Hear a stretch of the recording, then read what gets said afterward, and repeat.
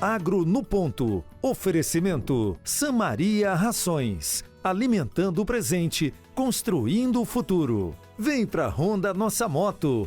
98119-1300. Tijuca Alimentos. Sabor que se faz com carinho. De coco. O sabor do coco que você ama. Das nossas fazendas direto para a sua mesa. Bom dia, produtor e produtora rural. Estamos de volta com mais um programa Agro no Ponto, trazendo as coisas boas do agro cearense para você. Obrigado por nos acompanhar. E o Agro no Ponto é uma produção JBD, conectando você às tendências e inovações do agro. E no programa de hoje, vamos falar da cultura do café no maciço do Baturité. Vamos conferir também os impactos dos festejos juninos no impulsionamento de cadeias produtivas no agro cearense. E tem mais, no quadro História de Produtor Rural, conheça a jornada de fé e perseverança de Sérgio Patrício no cultivo de cafés especiais em Mulungu. E não paramos por aí, confira as novidades do Festival Café, Banana e Mel realizado em Pacuti. Pergunta do produtor sobre boas práticas na apicultura e agenda do agro para as próximas semanas. Isso e muito mais, agora no Agro no Ponto.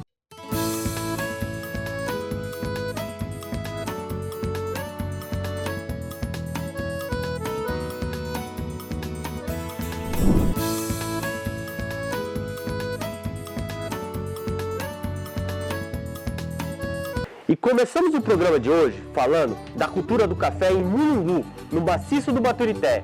Referência na produção de café no estado e no Brasil, a região se prepara para uma nova fase ao introduzir assistência técnica e com tecnologia na produção de cafés especiais.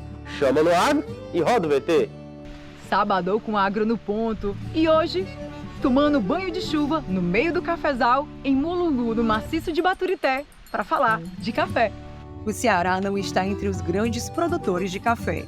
No entanto, o estado trilha um interessante caminho que alia tradição, negócio e turismo. A história remonta ao século passado, quando a cultura do café no Ceará chegou a representar 3% da produção brasileira, sendo integralmente exportado para a Europa. Que é a origem mesmo do café, como é que o café chega no Ceará antes mesmo de chegar aqui no maciço de Baturité, né, que foi ainda no século XVIII. Nos anos de 1740, o capitão-mor da Ribeira do Acaraú, José de Xerez Furna Uchoa, foi ao Jardin des Plantes de Paris, na época a corte Luís XV, do rei Luís XV, e ele ganhou mudas de café que estavam plantadas na estufa. E ele trouxe essas plantas para Sobral, e ele tinha um sítio, que era o sítio Santa Úrsula, na Serra da Meruoca, onde ele fez essa experiência do primeiro cafezal cearense. É conhecida essa experiência como o pai, né, dos cafés do Ceará, dos cafezais cearenses. Como naquela época o café estava chegando ainda no território americano e aqui no Brasil, 20 anos antes o café havia sido introduzido pelo Pará, né, por Belém, pelo famoso capitão Francisco de Melo Palheta, né, em 1727. 20 anos depois, o capitão-mor de Sobral traz para o Ceará. Então, nessa época do primeiro ciclo da grande produtividade do café de Baturité, o nosso café cearense passou a ser exportado diretamente para a Europa. E é interessante perceber que, nesse período, o Ceará era a única província do Brasil a exportar café direto para a Europa, além do eixo Rio-São Paulo. Porto de Santos, em São Paulo, e o Porto do Rio de Janeiro. Então, daí a gente percebe a importância que o Ceará teve nesse período na produção de café a nível nacional. Já que, tirando aí o eixo, o famoso eixo, né, do Sudeste, era o único porto do Norte e Nordeste do Brasil a exportar café diretamente para a Europa e também para os Estados Unidos. De que o café do Ceará é um café especial, isso já naquela época, que é um dos melhores do mundo hoje, né? Na década de 1870, a gente encontrou um livro sobre o Tratado do Cafeeiro, onde o café do Ceará era comparado ao café Lagoaíra, que é um café colombiano de excelente qualidade. Então, no Porto da Antuérpia, na Bélgica, na Alemanha, né, essas principais praças europeias qualificavam o café do Ceará como um dos melhores do mundo.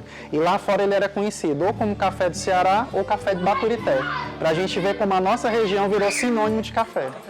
O espaço foi ocupado por outras regiões produtoras, mas recentemente a cultura ganhou novo fôlego com café sombreado, aproveitando o relevo da serra e as novas tendências de consumo. O maciço de Baturité ele reúne essas condições de produzir cafés de qualidade e especiais, primeiro por conta da altitude do clima ameno. Segundo, é um café sombreado, arborizado. Então isso a gente consegue diminuir a temperatura que a planta recebe durante o cultivo todo, por conta do sombreamento. Não pode ser um sombreamento excessivo, ele tem que ser um sombreamento em torno de 30% a 50% no máximo, porque senão você compromete a produtividade. Isso é importante. Porque se você tiver sombra demais, você não vai produzir quase nada, você vai produzir só folha. É a questão agronômica. Mas o sombreamento, ele nos permite ter aqui na serra, além de ter, nós já temos um clima ameno, porque nós estamos com 800 metros de altitude em média. As lavouras elas estão entre 700, 600 a 900 metros. E o sombreamento, ele dá uma amenizada naquele nosso sol do Nordeste. E praticamente a gente tem mais horas de sol do que as zonas de produção, como o sul de Minas, né? Lá o clima é mais ameno. E a nossa sombra aqui, ela vai diminuir em média 5 graus a temperatura do solo e da planta. Então isso vai dar uma condição de bebida muito boa para o café. Ela vai alongar o período da flor ao fruto maduro. Como eu disse lá, a gestação de 9 meses, porque o café ele pode ter uma colheita prematura. Ele pode ser colhido com 6 meses, com 5 meses, com 7 meses, desde que ele sofra estresse, ou seja, calor. O que é que amadurece uma fruta? E o café é uma fruta. O pessoal, é um grão, não, é uma fruta. O que é que amadurece a fruta? É o calor. É por isso que a banana da serra leva mais tempo para amadurecer do que a banana cultivada no sertão. Porque lá ela tem mais calor do que aqui. Em compensação, a banana da serra, eu considero ela mais doce do que a banana cultivada no sertão. O café é o mesmo processo. Quando eu alongo o ciclo dele, da flor à colheita, o máximo possível, eu vou concentrar açúcar naquela fruta. Ela vai respirar mais e ela vai injetar mais açúcar dentro do fruto. E o objetivo é esse, é você ter um café que sofra menos estresse para que ele dê uma qualidade de bebida superior. Os hábitos de consumo de café estão mudando, com destaque para os cafés de alta qualidade. No Brasil, essa tendência é forte entre os jovens de 16 a 25 anos. E, além disso, 44% dos consumidores estão dispostos a pagar mais por cafés de qualidade. O setor da cafeicultura aposta na popularização dos cafés gourmets, superiores e especiais, pois os consumidores estão cada vez mais informados sobre os diferentes tipos e particularidades da bebida. Hoje a gente já tem algumas métricas, né, alguns números que mostram uma tendência tanto dos jovens consumirem bastante café. Jovens, a gente foi falando na faixa etária de 19 a 34 anos, é o grande consumidor hoje de cafés. E a gente tem várias explicações em relação a isso, mas também a gente tem uma entrada mais cedo também desses jovens, então a gente já tem algumas pesquisas que mostram que com 17 anos a gente já começa a ter alguns consumidores de cafés, né? Então esses jovens estão entrando no mercado de cafés um pouco mais cedo, né, como consumidores. Esse consumidor ele tende a se especializar, né, e a especialidade ela passa pelos cafés especiais, pelas cafeterias de cafés especiais, pelas torrefações de cafés especiais. Hoje o consumo é muito forte também nos nômades digitais, nas pessoas que trabalham no home office, que elas trabalham dentro de cafeterias porque elas acabam achando as cafeterias muito atraentes. O hype mesmo das cafeterias, pelo ambiente, pela sonoridade, pela questão dos baristas mesmo, que explicam um pouco mais sobre o uso de alguns métodos, explicam melhor sobre cada uma das bebidas. Então, os clientes, a gente vê que eles consomem aquele produto e eles se sentem bem dentro desses ambientes. Isso faz com que eles consumam mais, não só dentro da cafeteria, né, mas também nas suas casas, levando equipamentos, acessórios, cafés, filtros. E com a volta das cafeterias pós-pandemia, a gente vê que esse cliente ele se especializou, né, durante esse período em casa. Há uma grande quantidade de pessoas hoje que entram no mercado de cafés, né, de novos consumidores e consumidores que já entram mais especializados, são clientes que têm já moinhos em casa, filtros diferentes, buscam realmente novos cafés, e aí que também aparecem os nossos clientes que buscam, não só os clientes locais, mas os clientes também que vêm visitar a cidade, que têm curiosidade de conhecer o café da nossa região, do Maciço do Baturité. O desafio está sendo enfrentado e vencido, e o Ceará transforma o que colhe no semiárido em um produto gourmet de maior retorno aos produtores e à economia da região do Maciço de Baturité, onde tradição, inovação e sustentabilidade se encontram para produzir um café que encanta paladares ao redor do mundo. E um abraço para os cafeicultores do Maciço do Baturité. E o programa Água no Ponto vai para um rápido intervalo e volta já já.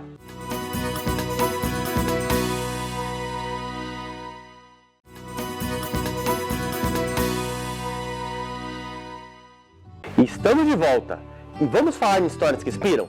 Está no ar o quadro Histórias do Produtor Rural, produzido pela FAEC Ceará, que nos mostra um pouco dos desafios na vida do produtor rural.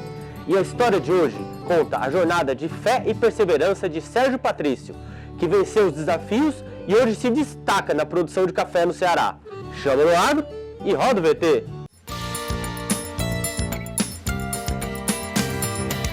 Então a história do café aqui no sítio Bem-te-Vi, ele começou quando eu comprei o sítio, no ano de 2000. Sempre quis ter uma propriedade, sonhava com propriedade, por quê? Porque sou filho de agricultor do Sertão Central, lá de Madalena, antes era Quixeramobim. Meu pai, minha mãe são de lá, e meu pai era trabalhador de cabo de enxada. Criou 13 filhos, era para ter 17, mas 4 não vingaram. Criou 13 filhos no Sertão Central, com toda a dificuldade que um agricultor tem. Botou a família para estudar, depois foi botando os filhos para estudar. Ele, apesar de nunca ter estudado, mas teve essa visão, e foi tirando a gente do campo para a cidade por conta dos estudos. Na década de 70 ele vendeu a propriedade dele. E eu tinha 7 anos quando ele vendeu. E eu não curtia aquela propriedade, ou seja, eu não vivia aquela propriedade como meus irmãos viveram. E isso me deixou talvez com uma lacuna, um negócio, rapaz, está faltando alguma coisa. Eu preciso tirar essa minha vontade de ter. E sempre gostei de agricultura. A gente morava em casa, e lá em casa sempre tinha um jardim. Chovia, eu plantava uns pés de milho lá no jardim. Ó, mamãe, pé de milho que eu plantei aqui, cultura de milho. Canteirinho de cebola e coentro, quem fazia era eu, já pequeno. Então essa vocação eu herdei deles, principalmente do meu pai. Meu pai morreu com 85 anos, tem 11 anos que ele nos deixou.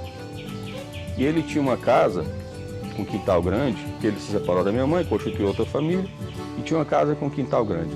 E todo ano batia chuva, eles já me ligaram: meu filho, traga semente do meu milho, eu quero plantar meu roçado. E ele fazia o roçado que a gente chama no monturo da casa.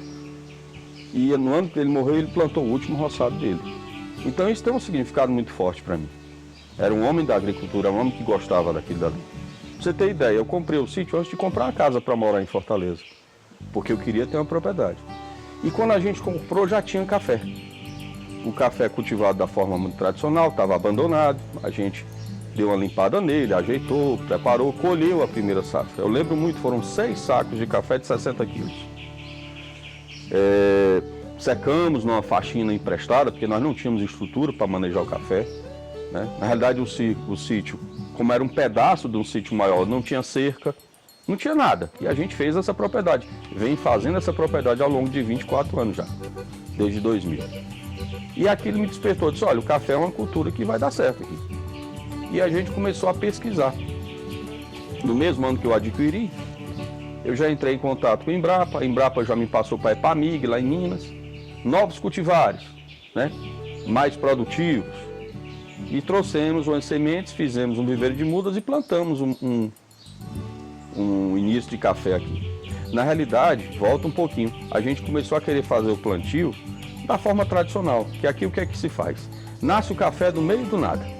Então quando o café está ali com um tamanho já de quase meio metro, a muda já formada no meio da mata, no meio da coisa, a gente arranca e sai transplantando. Só que isso não dá um rendimento bom, né? A planta ela sofre quando você arranca. É diferente você pegar uma mudinha no saquinho, levar para lá, cuidar. aquela história do inicial. Você sabe que na agricultura e na pecuária o inicial sempre é importante, para a planta disparar. Então aqui dali a gente viu que não tinha futuro. Então o primeiro que eu plantei foi dessa forma, arrancando e plantando. Então eu, como amante da agricultura e da pecuária, a gente acabou transferindo para esse produto, que é o café, que é a cara da Serra de Baturité, que é o produto da Serra de Baturité, a atenção que ele precisa para poder desenvolver. Essa é a toada, né? E assim, se você for no cafezal aqui na Serra, você se encanta. E realmente é uma cultura apaixonante. Porque você trata o café o ano todo. Não é uma cultura esporádica, é uma coisa que vem um processo. E o pé de café, se ele for bem manejado, ele dura quase uns 100 anos. Então, aquilo dali requer muita atenção. E por interessante que seja, da flor ao fruto maduro, eles são 9 meses, é uma gestação. Ainda tem essa coisa que é apaixonante. Uma história realmente muito inspiradora. E o mês de junho está chegando ao fim, e com ele nos despedimos também das festas juninas, que trazem riqueza e alegria para a região Nordeste. Fizemos um panorama dos impactos positivos promovidos pelos festejos nas cadeias produtivas do agro. Chama no agro e roda o VT. O mês de junho trouxe toda a alegria dos festejos juninos. O Ceará se encheu de cores, aromas e sabores com ingredientes da agricultura familiar. Milho, amendoim, laranja, mandioca e muitos outros. E esses ingredientes foram a base de receitas deliciosas como bolos, pamonhas, canjicas e licores. E esse ano as festas juninas foram ainda mais fartas. Segundo a Conab e o IBGE, a produtividade de amendoim, mandioca e milho aumentou, graças às chuvas recentes. Esses produtos, além dos ovos caipiras, destacaram a qualidade e diversidade da produção dos agricultores cearenses. Essas celebrações geram significativos impactos econômicos e turísticos. Festividades como o Pau da Bandeira em Barbalha, no Cariri, e o São João de Maracanaú, na região metropolitana, devem receber mais de 2 milhões de pessoas ao longo dos 2 meses, sendo 500 mil turistas. Até julho, shows de forró, campeonatos de quadrilhas, festas religiosas e culturais movimentaram hotéis, restaurantes, comércios, serviços de transporte, fazendo assim que também aumente a oferta de empregos temporários. As festas em homenagem a Santo Antônio, São João e São Pedro devem mobilizar mais de 26 milhões de pessoas e arrecadar cerca de 6 bilhões pelo país, um montante 76% maior do que o contabilizado no mesmo período em 2023, quando foram gerados, conforme o Ministério, mais de 3 bilhões em retornos financeiros para os destinos nacionais. Essas festividades sublinham a identidade nacional brasileira, misturando elementos europeus com aspectos tipicamente brasileiros e atestam a pujança agrícola e cultural do país. As festas juninas são, portanto, um marco da brasilidade, celebrando a alegria e o folclore do povo, ao mesmo tempo que impulsionam a economia regional e nacional.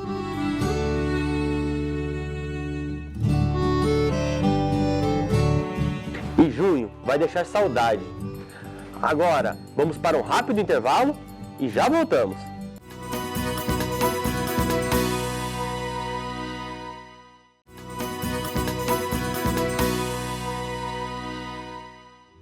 E o programa Agro no Ponto esteve no festival Café, Banana e Mel, realizado em Pacuti no último final de semana, conferindo as novidades trazidas pelos produtores da região. Confiram! Chama no Agro e roda o VT! E a região do Pacuti promoveu o primeiro festival Café, Banana e Mel no último final de semana, como uma celebração e fomento à riqueza e diversidade do agronegócio da região. Oferecendo aos visitantes uma imersão na cultura e vocação econômica da região, os destaques ficaram com as aulas show, onde os chefes e especialistas em gastronomia demonstraram técnicas e receitas, utilizando café, banana e mel, valorizando os produtos locais e ensinando como incorporá-los no dia a dia. Um dos pontos altos do festival foram as visitas técnicas, que proporcionaram aos participantes a oportunidade de conhecer de perto as práticas de cultivo e produções sustentáveis da região. Essas visitas visaram não apenas educar, mas também promover a conscientização sobre a importância do desenvolvimento sustentável no agronegócio, mostrando como práticas responsáveis podem levar a uma produção mais eficiente e ecológica. O primeiro festival Café, Banana e Mel promoveu o desenvolvimento econômico da região. Ao valorizar os produtos locais, o evento contribui para o fortalecimento da economia regional, criando oportunidades para os agricultores e empreendedores locais. E o festival foi bem interessante e promoveu as vocações econômicas da região. Um abraço para todo o pessoal do Pacuti. E no quadro Pergunta de Produtor de hoje, vamos falar de apicultura e boas práticas no manejo. Chama no ar e roda o VT. Queria saber com a doutora Yara um pouco mais sobre o controle de florídeos dentro da criação das abelhas nativas sem ferrão, ou seja, da meliponicultura. E quando a gente fala de florídeo, a gente está falando do principal inimigo natural, né, dentro da criação de abelhas nativas sem ferrão. Mas vamos primeiro entender o que são esses florídeos, né? São mosquinhas da família Florídea, que algumas espécies parasitam colônias de abelhas, principalmente abelhas nativas. E aí, para a gente fazer o controle dessas populações é muito difícil, porque essas mosquinhas, elas estão em todo lugar. Elas se alimentam principalmente de material em decomposição. E então a gente tem isso nas matas, nos esgotos, perto de residências, em ambientes rurais, em ambientes urbanos. Então os florídeos, eles estão em todo lugar. Então a gente não consegue eliminar as populações dessas moscas. A gente consegue controlar as infestações nas colônias. E aí o primeiro passo para fazer o controle dessas infestações é manter as colônias fortes. Porque colônias fortes não só para florídeo, mas para qualquer outra doença e qualquer outro inimigo natural, colônias fortes se defendem bem melhor. Então o primeiro passo, manter colônias fortes. Segundo ponto, dentro desse primeiro passo ainda, inicial, é a gente manter um ambiente limpo. Então manter perto do meliponário, perto de onde estão as colônias, bem roçado, não deixar sujeira, matéria orgânica e decomposição, porque isso tudo vai atrair e vai aumentar a população de florídeo perto das suas caixas. Se você tem um meliponário onde vizinho a população de florídeo está alta, a probabilidade de suas colônias terem infestação é muito grande. Então esse é o primeiro passo, colônias fortes e ambiente limpo. O segundo momento é quando esses florídeos que estão no ambiente já estão tentando invadir suas colônias. Então quando você olha para a colmeia e vê 2 florídeos ali na parede da frente da colmeia. Então o que a gente faz? A gente coloca uma barreira. A primeira solução é colocar uma barreira para a entrada dessas moscas nas colônias. Barreira como? Temos 2 opções. A entrada em um labirinto, que a gente pode fazer de madeira mesmo, encontra até na internet facilmente. E 2, o uso de cola entomológica na parede frontal da colmeia, livrando ali a área próxima à entrada.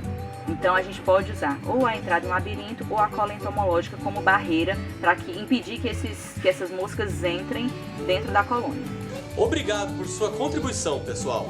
Essa iniciativa veio dos próprios produtores. E se você quer participar, basta enviar um vídeo de 30 segundos no formato selfie na vertical para a nossa produção. Anota aí o número 98880-0707.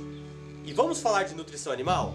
Vamos falar de Samaria Rações. Confira mais. A Samaria Rações une inovação e tecnologia para revolucionar a nutrição animal. Nossa missão é oferecer soluções inovadoras que maximizam a conversão alimentar. Fornecemos insumos de alta qualidade. Nosso compromisso é com a excelência, qualidade e transparência, desde o desenvolvimento até a entrega do nosso produto. Cada produto Samaria carrega o nosso selo de qualidade, refletindo nossa dedicação em cada detalhe. Samaria Rações, construindo o presente e alimentando o futuro. E agora vamos conferir os eventos destaques do agro para as próximas semanas. Confiram! Expo Itaitinga, de 29 a 30 de junho. Abertura do Circuito Cearense de Vaquejada no Clube do Vaqueiro, de 21 a 22 de junho. Vaquejada de Boa Viagem, de 11 a 14 de julho. Expocrato, de 13 a 21 de julho. 25º Curso Teórico e Prático de Reprodução Equina, de 13 a 14 de julho no Arasland. 8ª Pega de Boi no Mato, em Itaiçaba, 14 de julho. Vaquejada Lagoa de Cima, em Aquiraz, dia 13 de julho. curso profissionalizante de vaquejada em Mombaça, nos dias 16, 17 e 18 de agosto, dia do produtor rural. Dia 23 de agosto, no Centro de Ciências Agrárias da UFC. E o nosso programa fica por aqui. Agradeço a sua companhia e espero que você tenha gostado do conteúdo. Então, sintam-se à vontade para compartilhar sua opinião lá no meu Instagram, @diegotrindade.agro. Estou sempre disponível para conectar pessoas e fortalecer nosso setor, promovendo a integração e o crescimento do agro cearense. E não se esqueçam de continuar sintonizados aqui na TV Jangadeiro. Até o próximo sábado, chama no ar!